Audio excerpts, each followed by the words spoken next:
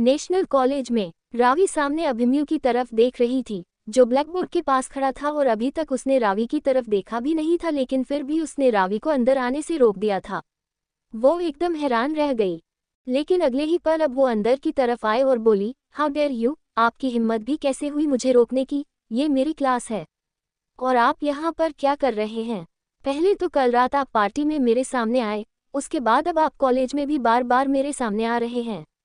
आप चाहते क्या है? कहीं आप मुझे ही तो स्टॉप नहीं कर रहे हैं ना? आपके इरादे क्या है मिस्टर अभिमन्यु खुराना? अभिमन्यु ने अब नजरें घुमाकर उसकी तरफ देखा और फिर एक नज़र सारी क्लास को, जो बिल्कुल ऐसे बैठी थी जैसे पूरी क्लास को सांप सूंघ गया हो। हल्की सी चू की आवाज भी उस क्लास में नहीं आ रही थी। रावी एक बार फिर से बोली, आपके इरादे बेशक से जो मर्जी हो, आई डोंट केयर, लेकिन आप एक बात मेरी कान खोलकर सुन लीजिए। चुपचाप यहाँ से चले जाए, क्योंकि अभी हमारे प्रोफेसर आने वाले हैं और मैं नहीं चाहती आपकी वजह से क्लास में कोई डिस्टर्बेंस हो। वैसे तो जो प्रोफेसर यहाँ पर आएंगे वो काफ़ी डिसेंट है, लेकिन आप जैसे लोगों का क्या ही कहना। इसलिए आपकी वजह से अगर उनका मूड खराब होगा तो पूरी क्लास खराब हो जाएगी। So just. उसकी बात पूरी होती उससे पहले ही अभिमन्यु एकदम सख्त आवाज में लगभग से चिल्लाते हुए बोला, आउट। उसे यूं गुस्से में देखकर तो एक पल के लिए रावी भी कांप गई। अभिमन्यु एक बार फिर से बोला, आई सेड आउट, और तब तक इस क्लास में मत आना जब तक मेरा लेक्चर ओवर नहीं हो जाता। रावी उसकी बात सुनकर हैरान रह गई।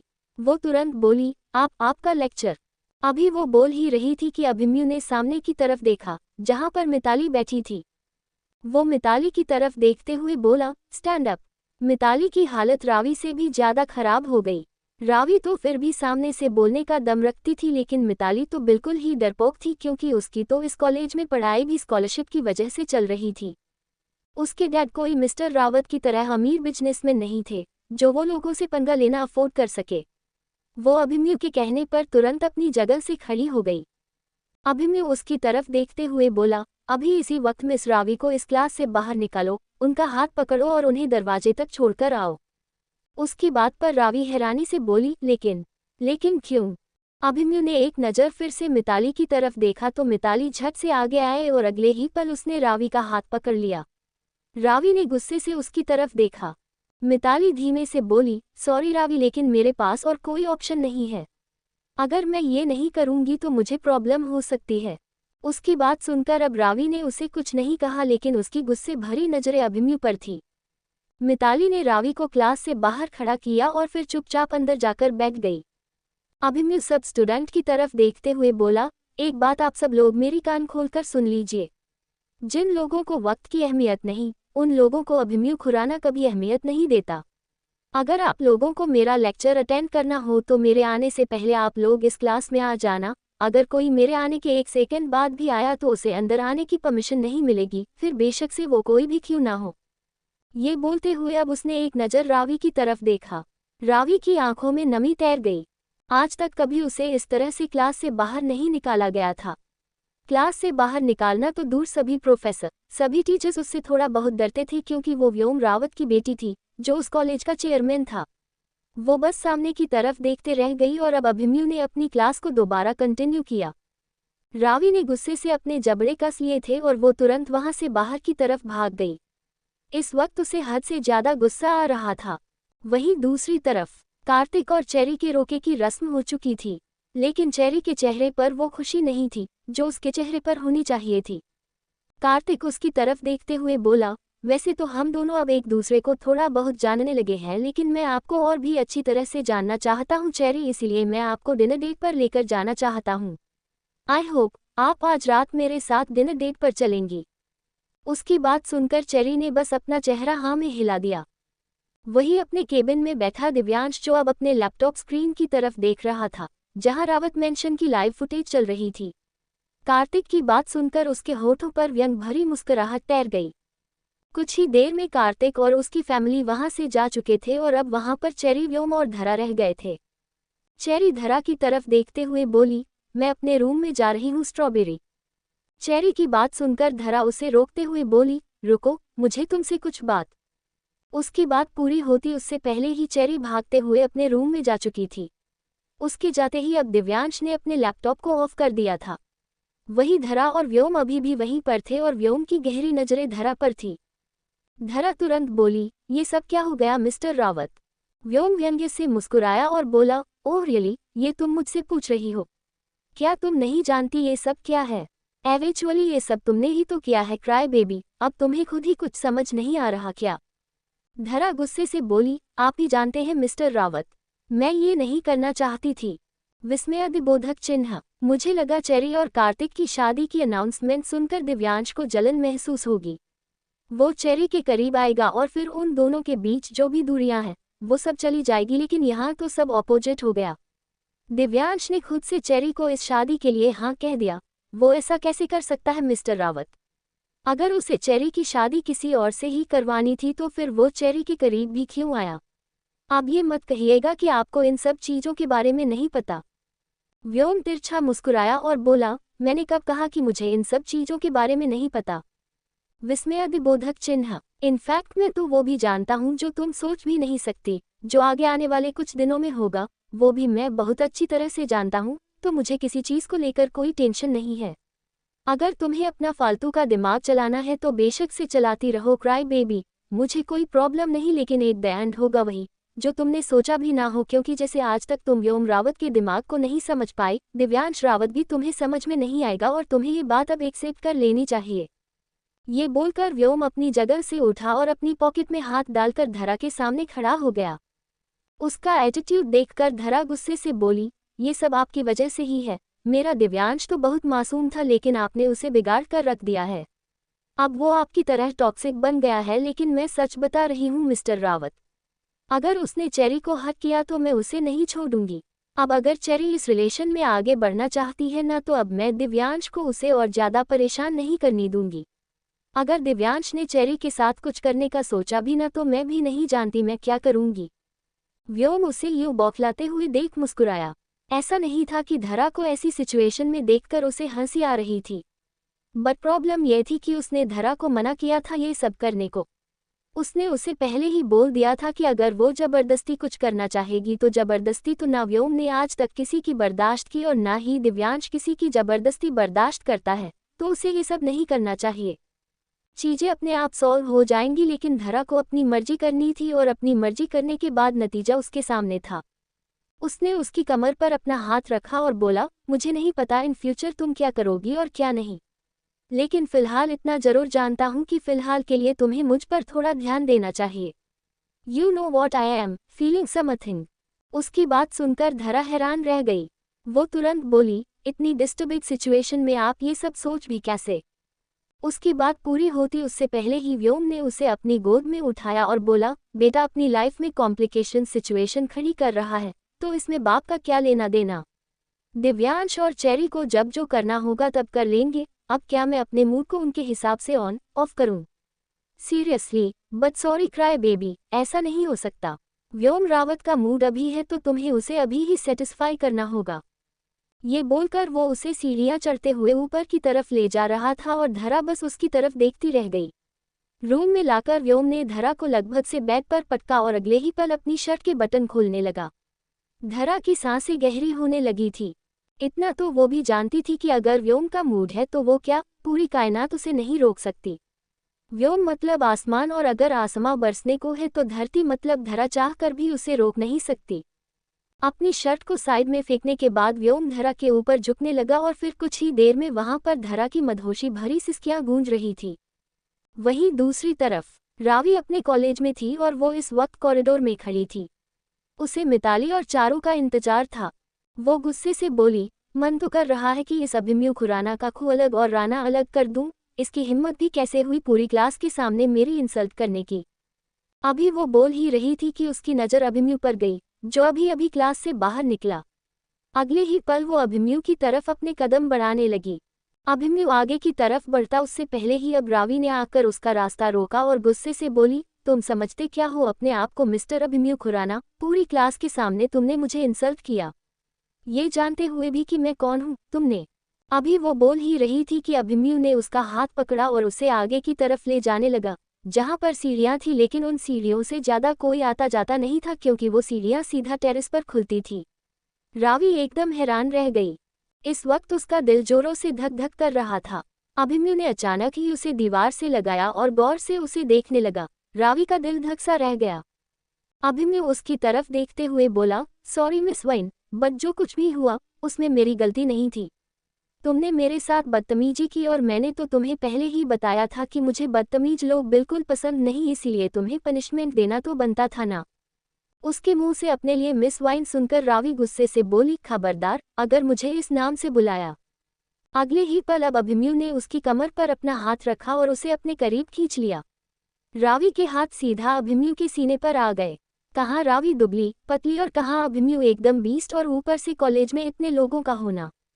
रावी पैनिक होते हुए बोली, छोड़िए मुझे मिस्टर अभिमन्यु खुराना, वरना अभी तक तो मैं सिर्फ बात कर रही थी कि मैं आपका खूह अलग और राना अलग कर दूंगी।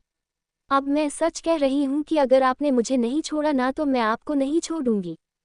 अभी वो बोल ही रही थी कि अभिमन्यु पूरी तरह से उसके चेहरे पर झुका और बोला, do whatever you want to do miss wine. उसकी बात सुनकर रावी उसकी तरफ देखती रह गई।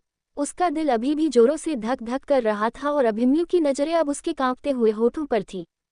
अगले ही पल वो उसके चेहरे पर झुकने लगा। रावी ने उसके कंधों पर अपनी पकड़ और भी ज्यादा कस दी, लेकिन वो चाह कर भी अभिमन्यु को रोक नहीं पाए और अभिमन्यु ने हल्के से उसके होठों पर अपने होंठ रखे और उसे बस हल्का सा चूम लिया। रावी एकदम से सुन्न हो गई, उसका माइंड ब्लैंक हो गया था। अभिमन्यु ने अपना चेहरा वापस पीछे किया और बोला, अगर बदतमीजी करोगी तो उस बदतमीजी का जवाब पनिशमेंट में ही मिलेगा मिस वाइन, और अगर अच्छी बच्ची बनकर रहोगी तो पनिशमेंट तो फिर भी मिलेगी, बट वो पनिशमेंट तुम्हें प्लेजर देगी। उसकी बात का मतलब समझकर रावी गुस्से से बोली, हाउ डेयर यू।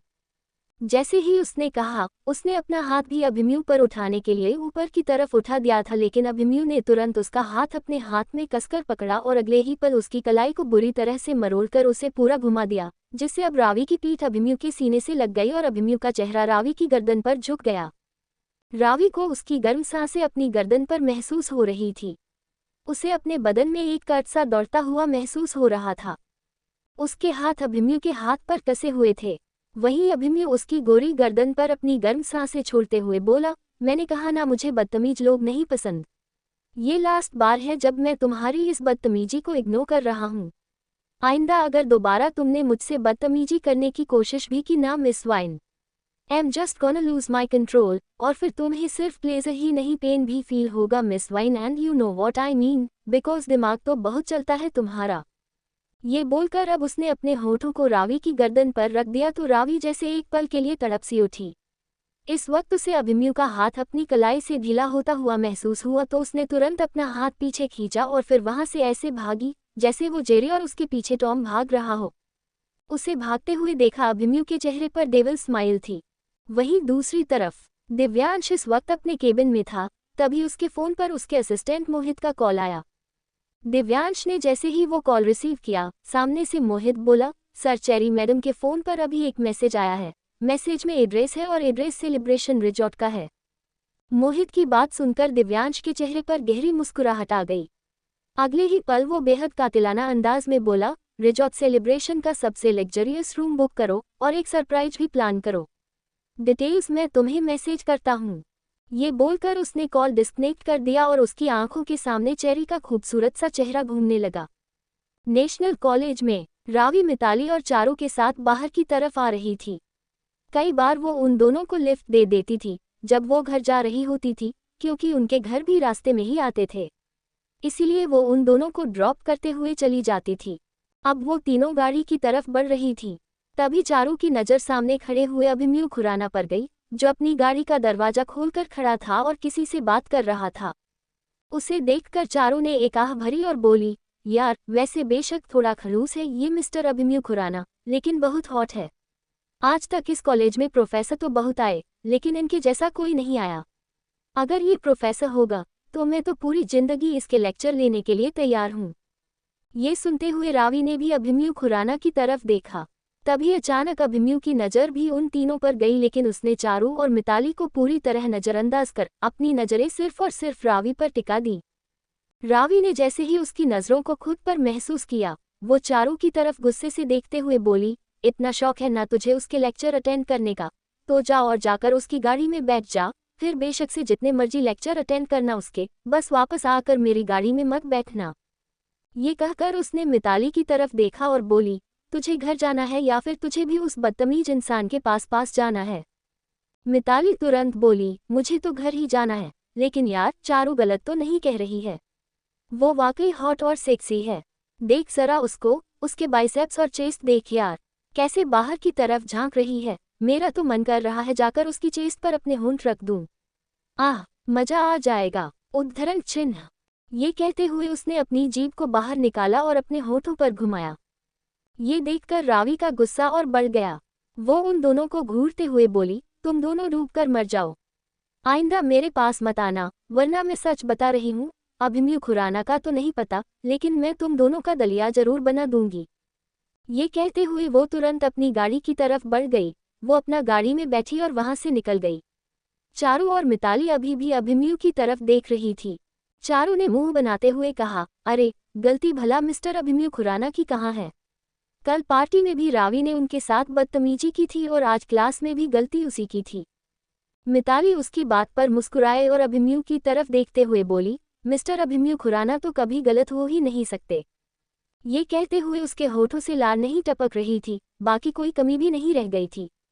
अभिमन्यु अपनी गाड़ी में बैठकर उन दोनों के सामने से निकल चुका था, लेकिन चारू और मिताली अब भी उसी तरफ देख रही थी जहां अभिमन्यु खड़ा था।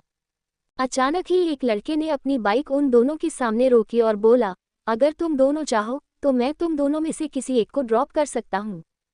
ये कहते हुए उसने चारू और मिताली को इंटेंस नज़रों से देखा।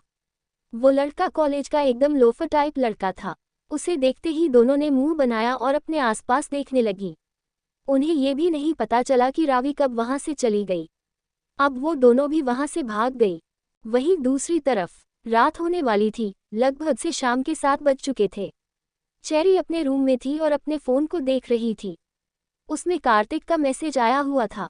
वो समझ नहीं पा रही थी कि वो कार्तिक से मिलने जाए या नहीं। एक तरफ उसका दिल उसे रोक रहा था। दिव्यांश के साथ पिछले दिन जो भी हुआ, उसे याद करते हुए उसे तकलीफ महसूस हो रही थी। वो अब किसी के करीब भी नहीं जाना चाहती थी, लेकिन अगर दिव्यांश से दूर जाना है तो अपनी जिंदगी में आगे तो बढ़ना ही होगा। ये सोचकर वो कार्तिक से मिलने के लिए तैयार होने लगी। उसने क्लोजेट से अपना व्हाइट फ्रॉक सूट निकाला और उसे पहनकर तैयार हो गई। लगभग आधे घंटे बाद वो सीढ़ियां उतरकर नीचे आई। उसकी नज़र धरा पर पड़ी, जो दिन लगा रही थी। धरा ने उसकी तरफ देखते हुए पूछा, तुम कहीं जा रही हो क्या चेरी? चेरी हल्की मुस्कुराए और बोली, आपको तो पता ही है स्ट्रॉबेरी कि मिस्टर अवस्थी ने मुझे आज डिनर के लिए इनवाइट किया था। बस मैं वहीं जा रही हूँ, आप फिक्र मत कीजिए, मैं टाइम से आ जाऊंगी। धरा ने तुरंत कहा, अगर तुम नहीं जाना चाहती तो कोई ज़रूरी नहीं है, मैं बात कर लूंगी कार्तिक से। अगर तुम्हें अच्छा फील नहीं हो रहा तो तुम रहने दो। उद्धरण चिन्ह। चेरी फीकी मुस्कान के साथ बोली, ऐसा कुछ नहीं है स्ट्रॉबेरी, मेरी तबीयत बिल्कुल ठीक है और मैं सच में मिस्टर अवस्थी से मिलने जाना चाहती हूँ स्ट्रॉबेरी। उसकी बात सुनकर धरा कुछ कह नहीं पाई। चेरी चुपचाप बाहर की तरफ चली गई। धरा एक बार फिर गुस्से से लाल हो गई। उसे दिव्यांश पर हद से ज्यादा गुस्सा आ रहा था। इतना गुस्सा कि अगर उसके बस में होता तो वो उसकी हड्डियां तोड़ देती। चेरी की हालत उससे देखी नहीं जा रही थी। वहीं दूसरी तरफ कार्तिक सेलिब्रेशन रिजॉर्ट में पहुंच चुका था। उसने पूल एरिया में खूबसूरत अरेंजमेंट करवाया हुआ था। वह खुद भी इस वक्त काफी ज्यादा एक्साइटेड लग रहा था। बस उसे चेरी के आने का इंतजार था। चेरी की गाड़ी अब रिजॉर्ट के दरवाजे पर पहुंची। गार्ड तुरंत गाड़ी के पास आया। ड्राइवर ने विंडो नीचे किया। अगले ही पल गार्ड बोला, वेल आपकी गाड़ी को पीछे के रास्ते से जाना पड़ेगा।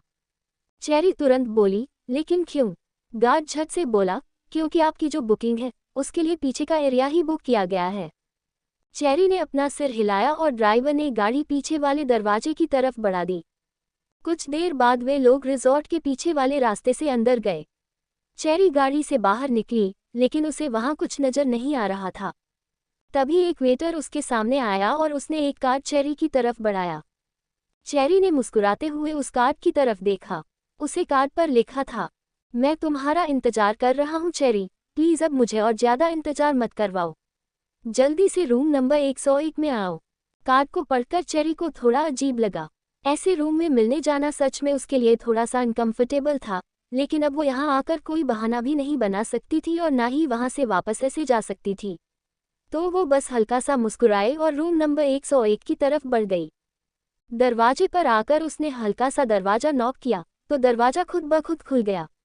अगले ही पल उसकी नज़र सामने रूम में गई, जहां पूरा रूम खूबसूरती से डेकोरेट किया हुआ था। ऐसा लग रहा था जैसे सच में कोई अपनी पहली डेट शिद्दत से सेलिब्रेट करना चाहता हो। नीचे वाइट और रेड दोनों रोज पेटल्स बिखरी हुई थीं और साथ ही साथ सेंटेड कैंडल्स भी। सामने की तरफ कुछ बलून्स और भी डेकोरेशन का सामान था जो बहुत खूबसूरत लग रहा था। चेरी हल्का सा मुस्कुराए और अंदर की तरफ आई। अंदर आते ही उसकी नज़र बेड पर गई, जिस पर एक बैग था जो गिफ्ट रैप में था और उसके साथ ही एक कार्ड भी था। चेरी अब बिस्तर की तरफ आए और आते ही उसने पहले वो कार्ड उठाया जिस पर लिखा था, आई नो तुम इस वक्त दुनिया की सबसे खूबसूरत लड़की लग रही होगी, लेकिन मैं चाहता हूँ कि आज तुम ये ड्रेस पहनो। एंड डोंट वरी, ये ड्रेस मैंने स्पेशली तुम्हारे लिए ली है और तुम्हारी चॉइस में बहुत अच्छी तरह से जानता हूँ, इसलिए जानता हूँ कि ड्रेस भी तुम्हें बहुत पसंद आएगी। कार्तिक की बात पर चेरी हैरान थी। उसे भला चेरी की पसंद नापसंद कैसे ही पता होगी, लेकिन फिर भी उसने गिफ्ट रैप को खोलकर देखा तो उसमें रेड टोमेटो कलर की एक ड्रेस थी जो फुल लेंथ ड्रेस थी, लेकिन उसके ऑफ शोल्डर और साइड स्लिट की वजह से वो ड्रेस थोड़ी बोल्ड भी थी। पर चेरी को वो ड्रेस पहनने में कुछ खास प्रॉब्लम नहीं थी। हाँ, उसने जो फ्रॉक सूट पहना हुआ था उसमें उसे काफ़ी कंफर्टेबल लग रहा था, लेकिन अब कार्तिक के लिए इतना तो कर सकती थी। अगर वो एफर्ट नहीं लगाएगी तो दिव्यांश को कैसे भूलेगी, ये बात भी कहीं ना कहीं उसके जहन में चल रही थी। उसने वो ड्रेस उठाए और उसे लेकर सामने बने वॉशरूम की तरफ बढ़ गई। वॉशरूम में जाकर उसने वो ड्रेस पहनी और फिर हल्का सा टचअप भी किया। वो ड्रेस पहनकर वो बाहर की तरफ आई तो अब उसकी नज़र सामने टेबल पर गई। वो हैरान थी बिकॉज अब तक उसने जिस कार्तिक अवस्थी को देखा उससे नहीं लगा था कि कार्तिक इतना रोमांटिक होगा। अब उसे अजीब भी लग रहा था, लेकिन एक गहरी सांस लेकर उसने टेबल पर आकर वो कार्ड उठाया जिस पर लिखा था, मैंने जितना सोचा था ना कि ये ड्रेस तुम पर अच्छी लगेगी, ये ड्रेस तुम पर उससे भी ज़्यादा अच्छी लग रही है। Seriously, you are looking so gorgeous. बस अब तुम बालकनी में आ जाओ। उसकी बात सुनकर चेरी ने तुरंत बालकनी की तरफ देखा। वो शौक थी ये जानकर कि कार्तिक रूम में ही है। वो तुरंत बालकनी की तरफ आई। उसकी हार्ट बीट इस वक्त तेजी से चल रही थी। बालकनी में आकर वो और भी ज़्यादा दंग रह गई क्योंकि पूरी बालकनी बहुत बड़ी थी। रूम से बड़ी तो नहीं लग रही थी, लेकिन उसमें आधे से ज़्यादा रूम कवर हो सकता था। वो पूरी बालकनी भी खूबसूरती से डेकोरेट की गई थी। सामने की तरफ तो मैट्रेस भी लगे हुए थे, जहां पर ऊपर की तरफ लाइट्स और झालर के पर्दे थे। ये सब देखकर चेरी को अब थोड़ा अनकंफर्टेबल होने लगा। वो धीमे से बोली, मिस्टर अवस्थी।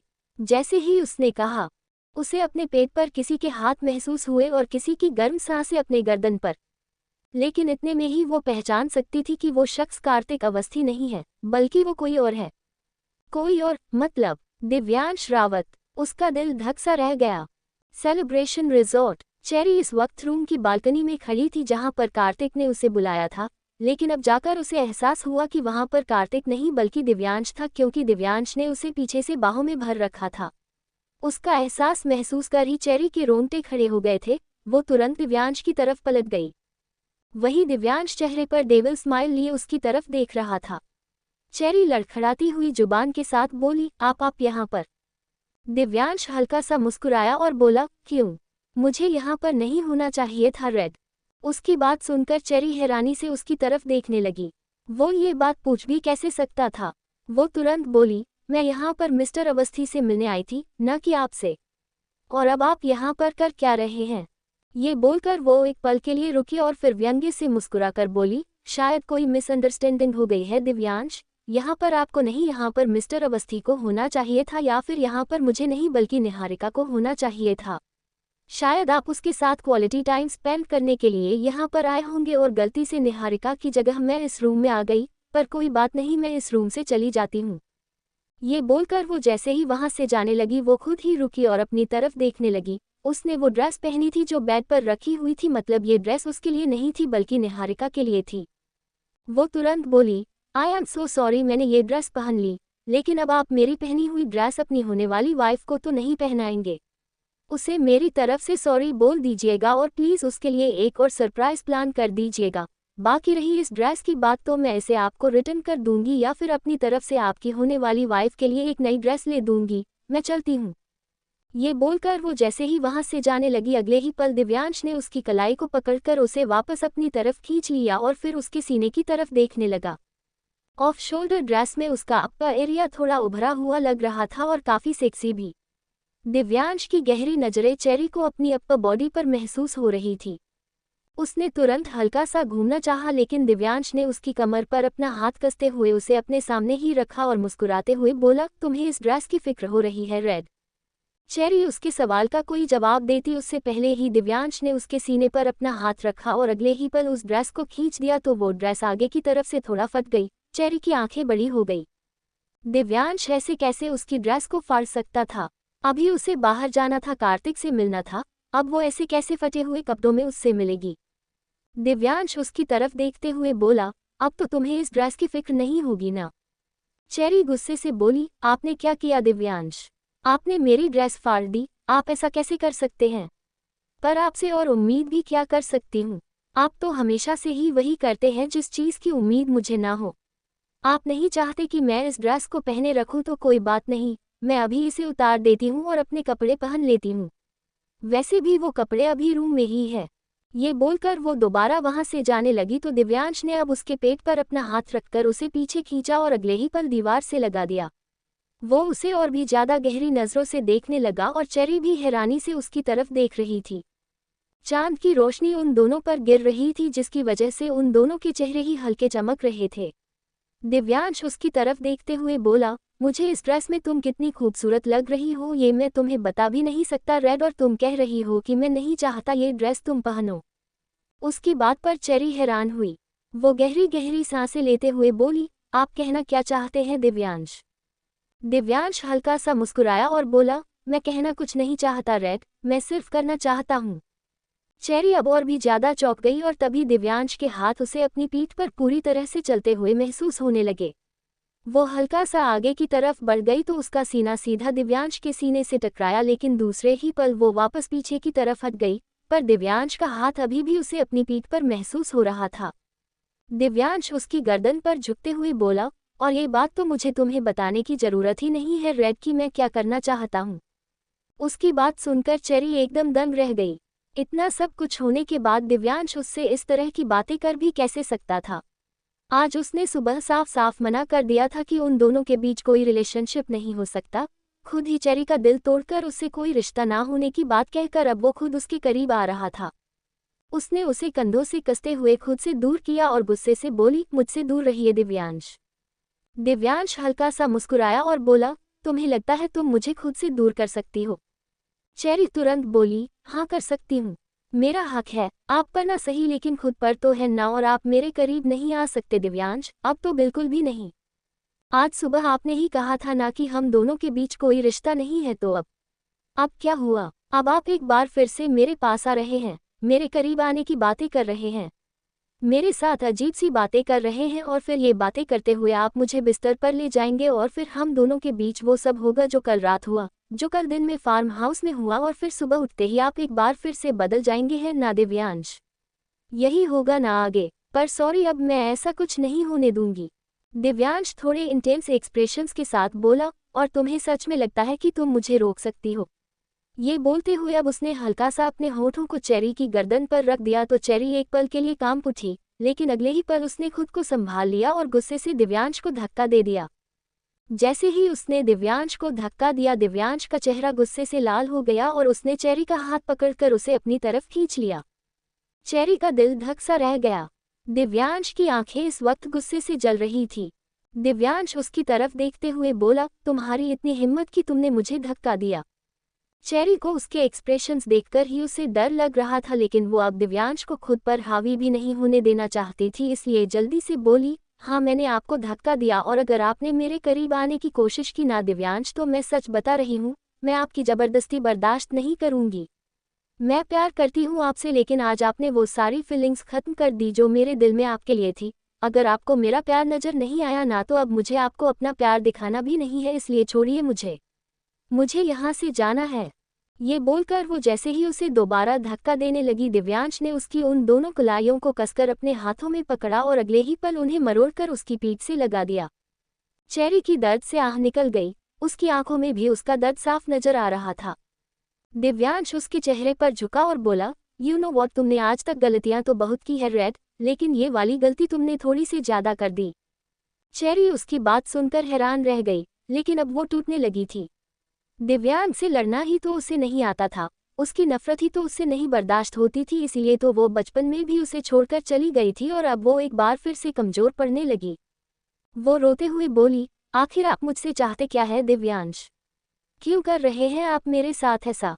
अगर आपको मेरे करीब नहीं आना है, अगर आप मुझसे प्यार नहीं करते, आपको मेरे साथ नहीं रहना है, तो आप ये बार बार मेरे इस तरह से करीब भी क्यों आते हैं? क्यों आप फिजिकल मेरे साथ इस तरह से इन्वॉल्व हो रहे हैं जब हम दोनों के बीच कोई रिलेशन ही नहीं? ये सारी चीज़ आपको अपनी होने वाली वाइफ के साथ करनी चाहिए, ना कि मेरे साथ। ये बोलते हुए अब एक बार फिर से उसके चेहरे पर गुस्सा झलकने लगा था। दिव्यांश ने उसे वापस पीछे दीवार से लगाया और उसके ऊपर झुकते हुए बोला, लेकिन मुझे ये सब चीज़ तुम्हारे साथ करने में इंटरेस्ट आता है रेड, तो मैं ये सब चीज़ें तुम्हारे साथ ही तो करूँगा।